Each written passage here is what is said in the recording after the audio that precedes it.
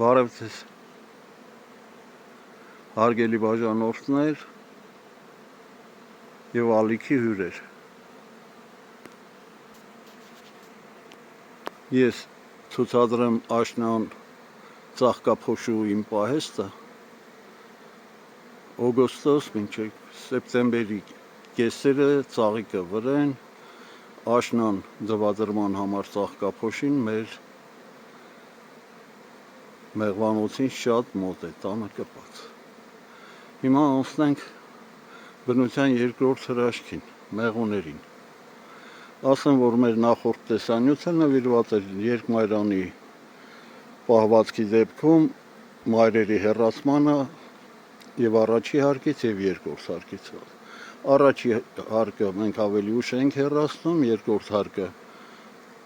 փաստորեն հունիսի 15-ին ենք հեռացրել, երկրորդ հարկը հունիսի 27-ին։ Ընտանիքները մնում էին 15-20 օր առանց մոր, որը օժանդակում էր բերքի շատացմանը։ Մի կտոր ասեմ, որ մեր մեկ շրջանականոց անջատումները, որոնք լինեն սրանք։ Ինչպես հիշում եք, կեսը արված էր միայն մոմաթերթի վրա, մնացյալ կեսը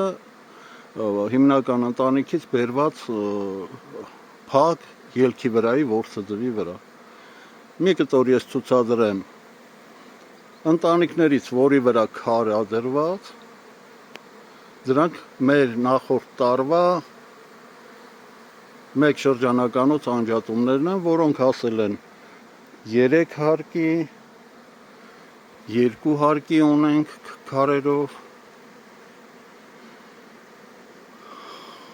Ասածիս իմաստը, որ մեկ շրջանակով լիովին հաջորդ տարվա համար նախապատրաստական աշխատանքը ամբողջական ընտանիք ստանալու համար բավարարում է։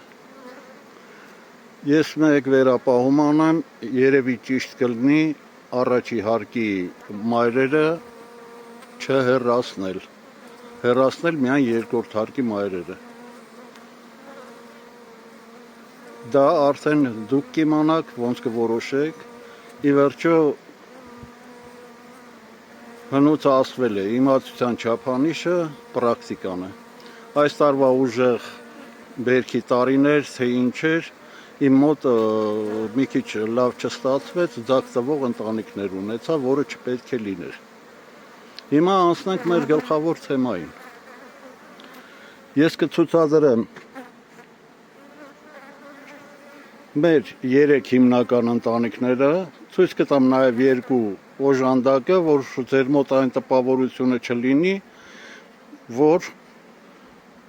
3 ընտանիք լավը ճարել ենք, ցույց ենք տալիս։ Կցուցադրվի նաև 37 համարը և 36 համարը, որոնցից մեկը միայն մոմաթերթի վրա է, հաջորդը փակ ելքի վրայի որսու ձվով։ Հիմա մենք անդրադառնանք մեր 40 համարին, որը, ինչպես հիշում եք, մայրապտուկի վրա էր։ Ընտանիքում ծնվեց շատ փոքր մայր, որը երևի գնաց բեղմնավորման հետ չեկավ, ես ընտանիքին տվել եմ նոր մայր, չբեղմնավորված մայր։ Փաստորեն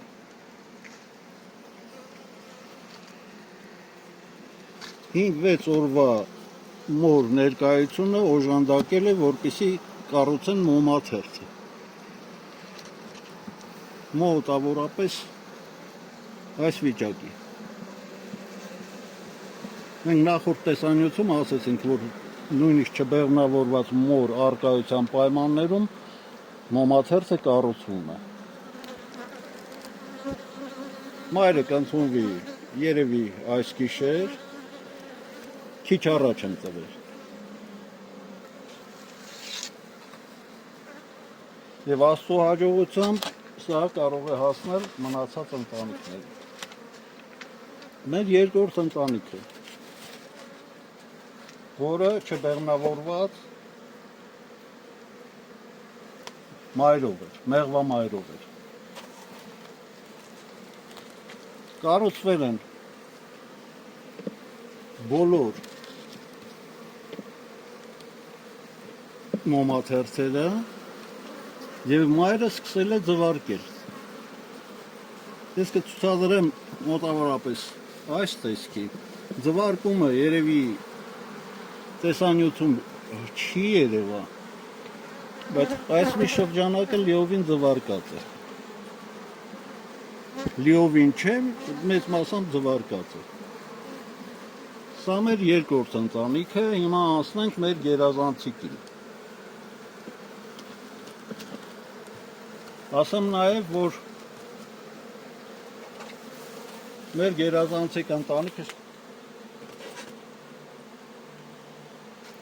մեր գերազանցիկ ընտանիքը շուտով կտեղափոխվի մեծ արկղ։ Սա մեր 19 համարն էր, ես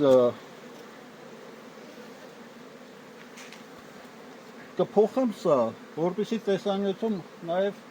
էսթետիկ նորմալ տեսք ունենան։ Մյուս անգամ, չնայած արդեն արկղը փոխված կլինի մեկ արկղով, մյուս անգամ որպեսզի չասեք ուրիշ ընտանիք էր եւ այլն։ Ժողովուրդ ջան, փաստորեն մեր գերազանցիկը ֆոտոգենիկ չի։ Երևի առաջի անգամ ասենց մի անգամից կատաղեց ու թափեց դուրսը։ Հիմա ես հաջորդ երկու ընտանիքը ցույց կտամ, որից հետո կանդրադառնանք նորից սրան։ Եթե նմանատիպ դուրս թափեց, երևի չկարողանանք ցուցադրել, բայց ես կասեմ ինչ վիճակ է ներսում։ Հիմա անդրադառնանք նորից միայն մոմի վրա կառուցված ընտանիքին 36 համարին։ Միայն մոմաթերթով։ Ես փորձեմ փաստորեն անչափ շատ կծեցին կնոջս, մեղավորը ես էի, բոլոր կին մեղվապահները թող ներեն մեզ, երևի մեր գերազանցիկը կին չի սիրում, երևի մոտավորապես սա մեր նորից միայն մոմաթերթով առանձնացումն է,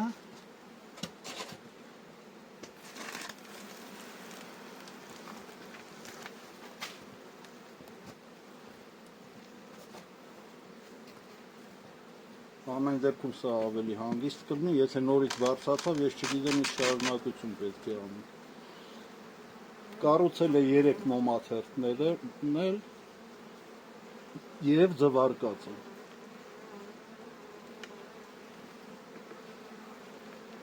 Ես վախից քիմիական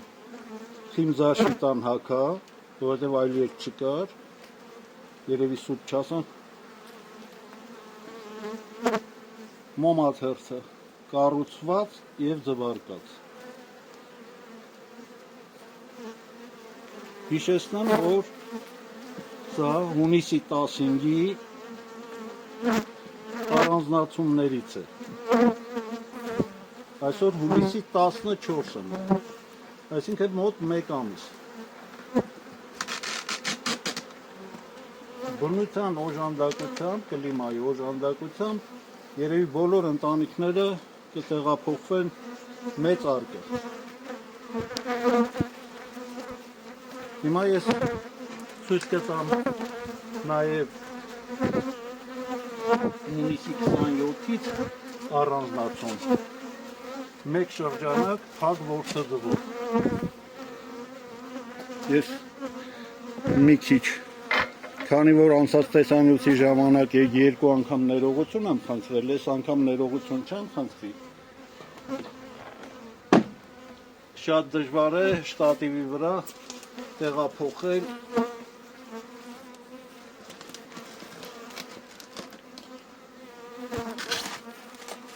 այս ընտանիքը նույնպես պարտադիր պետք է,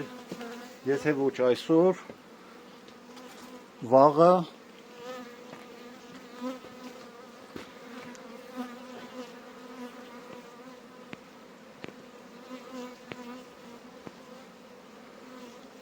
չգիտեմ, հեռախոսի հետ ինչ-որ բան է կատարվել, կփորձեմ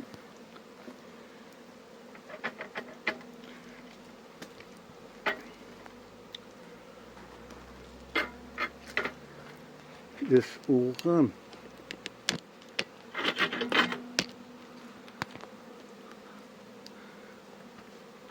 այս ընտանիքը նույնպես պետք է ընդարձակվի, կառուցվել է 4 մոմաթերթ և տեղի է ունեցել ձվարկում։ Ես ամբողջ շրջանակները չհանեմ։ Հունիսի 27-ին բեղմնավորված մայրով կատարված առանձնացումը։ Ես նշեցի, որ սեզոնի ընթացքում դառնում են լիովին կատարյալ ընտանիքներ, որոնք նորմալ մեղրաբերքին մասնակցում են։ Շոք է ես ծագացում հանել եմ,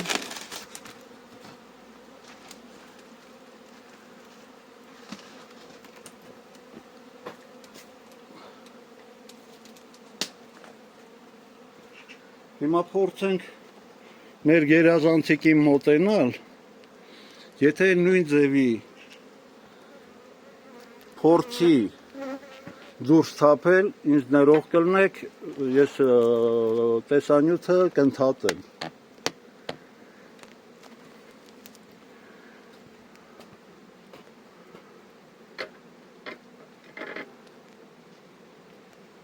Կընդհատեմ, բայց ընթացքում կբացատրեմ, թե ինչ է տեղի ունենում։ Սկսեցինք այն պահից, երբ մեղուն կատաղած դուրս թափեց, ինձ թվում է հիմա արդեն հանգստացած կլինի։ 5 շրջանակ մոմաթերթ լիովին կառուցված է, որից 3-ի վրա ձվարկած է շատ նորմալ։ Եկեք պայմանավորվենք, ես ցույց չտամ, թող մեղուն չկատաղի, չնայած քիմ զաշիտան հագած եմ, բայց ամեն դեպքում մեղուն էլ է մեղք։ Ես վաղը կտեղափոխեմ արդեն մեծ արկղ։ Սա մեր տեսանյութի երկրորդ մասն էր։ Հաջորդը երևի կցուցադրենք ձմեռանոց տանելուց, նոր գարնանը կանդրադառնանք հետագա շարունակություններին։ Ուրեմն նախորդ տեսանյութից իմ բաժանորդն էլ չի, մի հոգի դիտողություններ արել, որ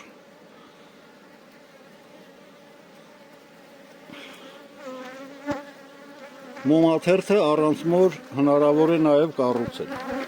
մեղուները կառուցեն։ Դա միակ հնարավոր դեպքը դա է, երբ մեղր լցնելու տեղ չլինի ու մեղուն ստիպված կառուցի մոմաթերթը։ Միաժամանակ նաև կատարել էր երկրորդ դիտողություն։ Ես միշտ ասում եմ, որ բեղմնավորված մայրը թռչել չի կարող։ Ոսկանն էր անունը տղայի կամ մարդու։ Ոսկան ջան, ուրեմն եթե յուրաքանչյուր հարցում ես այդքան մանրամասը խոսեմ, երևի տեսանյութերը կդիտվեն մի ժամի չափ։ Ինքը հիմնավորում էր, որ ձակ տալու ժամանակ բեղմնավորված մայրը ոնց է թռչում։ Մինչև ձակ տալը մեկ շաբաթից ավել մեղուները բեղմնավորված մորը, իրենց մորը չեն կերակրում, որպեսզի նիհարի մայրը։ Այդ պրոցեսից հետո նոր մեղվամայրը կարողանում է թռչել։ Իսկ ինչ մնում է կառուցման աշխատանքին առանց մոր սենց խոսք կա, նեղված ժամանակ զոնքանչնել է մամա։ Հիմա որ նեղվում են, մեղր լցնելու տեղ չի լինում, անպայման էլ կառուցումը անելու են։ Չգիտեմ տեսանյութը ինչքանով ստացվեց, մեղուն դուրս թափեց, որ երևի առաջի անգամ նման բան է լավ։ հագնվեցի, շարունակեցի, չգիտեմ, կիսատոտ, պրատոտ, ամեն դեպքում կհանդիպենք արդեն ձմեռանոցի մուտքի ժամանակ եւ գարնանը կսկսենք նորից անջատումների մասին խոսել, ել չեմ ուզում կրկնել, թե ինչ առավելություններ են տալիս եւ մեկ շրջանակից ինչ է ստացվում։ Դիտման համար շնորհակալ եմ, կարող է ինչ-որ բաներ ես մոռացա, մեծահոգի եղեք։ Սա նորից եմ կրկնում սկսնակների համար է, բայց ես փորձառուներին մի հարց ունեմ, եթե դժվար չի մեկնաբանեք կամ պատասխան գրեք։ Իմ մոտ այս տարի թռիչքի բեղմնավորման գնացած մայրերից ահագին չվերադարձան։ Իմացողները ինչ որտեղ կապում են 5G կապի հետ, ես չգիտեմ, դա չեմ կարող հիմնավորված ասել։ Ամեն դեպքում 50-60 մայրեր եմ ես հեռացնում, հետ չեն գալիս բոլոր տարիներին 2-3-ը։ Այս տարի 20 մայր եմ հեռացրել, 7 մայրը հետ չի եկել։ Ես դա կապում եմ կլիմայի հետ, կարող է ինչ-որ նրբություն կա։ Մեկ էլ խնդրանք, մեկնաբանություններում մի գրեք, որ խիտ են մեղուները դասավորված դրա համար։ Նախորդ 5 տարիներին ես նույն բանն արել եմ, դասավորվածությունն եղել է նույնը, այնպես որ դա որպես հիմք ընդունեք, որպեսզի այդ դիտողությունը չանեք։ Տեղ կա մեղուները իրար կպածել են դնում, նման բան չի լինում։ Այսօր էլ այսքանը, դիտման համար շնորհակալ եմ, մինչ նոր հանդիպում։